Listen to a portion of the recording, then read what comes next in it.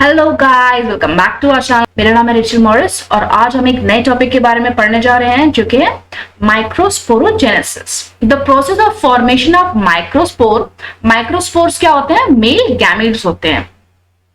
In microsporangium is called the microsporogenesis. Microspore का बनना किसमें? माइक्रोस्पोरेंजियम के अंदर, उसको क्या कहते हैं हम? माइक्रोस्पोरोजेनेसिस। जैसे कि हमने यहां देखी थी, माइक्रोस्पोरेंजियम है और इसके अंदर माइक्रोस्पोर है।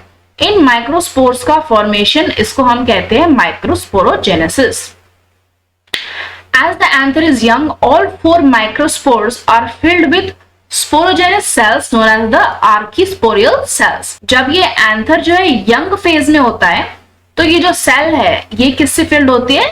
स्पोरोजेनस सेल्स से फिल्ड होती है अपने यंग फेज में। बट जैसे ये ग्रो करती है उन सेल्स का साइज इंक्रीज होता है and the size of the microsporangium also increases. जिसके अंदर माइक्रोस्पोर लाई कर रहे हैं उसका साइज भी इंक्रीज कर जाता है। The space between the cells increases and the microsporangium now are called pollen sacs. पहले ये जो सेल्स हैं ये इंटैक्ट थे, अब इनके बीच में स्पेस आ जाता है और अब हम जो माइक्रोस्पोरेंजियम बन गया है उसको हम क्या कहेंगे? माइक्रोस्पोरेंजियम के अंदर क्या है? अब हमारा पोलन सैक है। Sporogenous cells are capable of forming microspores. Microspores कौन से सेल बना रहे हैं? स्पोरोजेनस सेल्स बना रहे हैं। Not all the sporogenous cells convert into, rather few degenerate which is utilized by the sporangious cells and is now known as the microspore mother cells. सारे के सारे जो माइक्रोस्पोरेंजियल सेल्स होते हैं वो कंप्लीटली माइक्रोस्पोर में नहीं बनते, कुछ ना कुछ डीजेनरेट कर जाते हैं और फॉर्म करते हैं microspore mother cells. The pollen grains of a tetrad grow and separate from each other. अब ये पोलन ग्रेन्स का अरेंजमेंट आप देखेंगे नेक्स्ट स्लाइड में। Usually the arrangement of the microspore 4 type से मेनली अरेंज होता है, tetrahedral or isobilateral. However, decussate, linear and T-shaped are also found. ये जो tetrahedral ये होता है ये मोस्ट कॉमन है, बट isobilateral और ये दोनों भी हमारे पाए जाते हैं। ठीक है, इसका शेप अगर हम देखें कैसे होता है तो ये 3 हमारे फेसिंग इन फ्रंट और एक पीछे होगा, तो ये टेट्राहेड्रल 4 कॉर्नर्स जैसे हम कहते हैं 4 कॉर्नर्स की तरह ये प्लेस होते हैं। आइसोबाइलैटरल हमारा 4 फेसिंग ईच अदर होते हैं।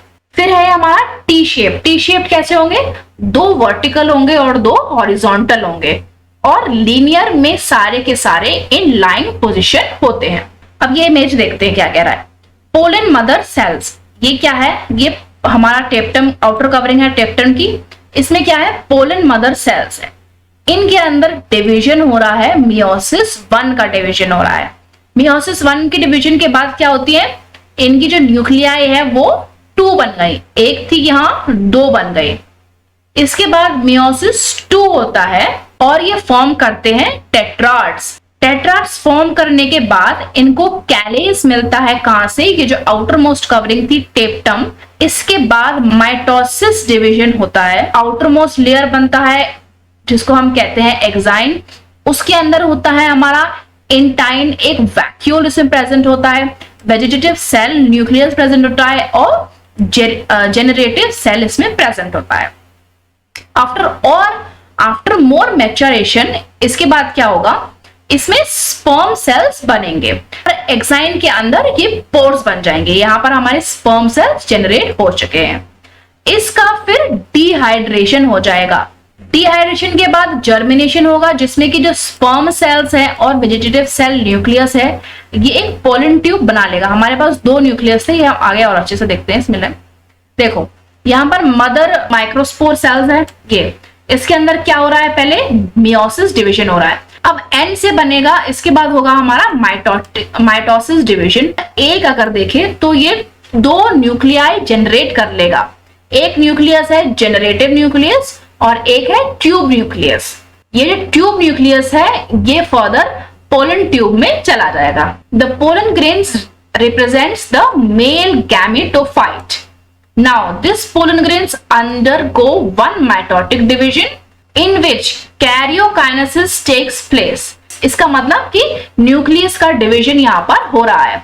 कैरियोकाइनेसिस के बाद होगा हमारा साइटोकाइनेसिस, मतलब साइटोप्लाज्म का division. So now nucleus will divide first, nucleus जो है वो फर्स्ट डिवाइड करेगा एंड 2 न्यूक्लियाई विल फॉर्म, और इसकी 2 न्यूक्लियाई बनेंगी। यहां पर एक न्यूक्लियस था, एक न्यूक्लियस बनने के बाद कैरियोकाइनेसिस हुआ और 2 न्यूक्लियस बन गए। अब 2 न्यूक्लियस बनने के बाद क्या होगा, इसमें होगा साइटोकाइनेसिस। जो साइटोप्लाज्म है वो इरेगुलर है, इक्वली डिस्ट्रीब्यूटेड दोनों न्यूक्लियस में नहीं होता है। The larger part will be called as the vegetative cell और ट्यूब सेल। ये जो लार्जर पार्ट है, ये पार्ट, इसको हम क्या कहेंगे, ट्यूब सेल या फिर वेजिटेटिव सेल। और जो दूसरा जो स्मॉलर पार्ट है उसको हम क्या कहते हैं, generative cell. In most of the angiosperms the pollen grain released are 2 celled. Angiosperm में जो पोलन ग्रेन रिलीज होता है वो किस स्टेज पे पाया जाता है, मेनली जिसमें दोनों हमारे सेल्स प्रेजेंट होते हैं, ट्यूब सेल और जनरेटिव सेल, ये दोनों उसमें प्रेजेंट है। Anther wall gets fibrous and form point of dehiscence. The anther gets rupture and pollen grains are released, और पोलन ग्रेन्स बाहर रिलीज हो जाएंगे। अब इसके बाद हम पढ़ेंगे structure of pollen grains. Pollen grains का स्ट्रक्चर कैसा होता है। If you like the video, please hit the like button and subscribe to our channel.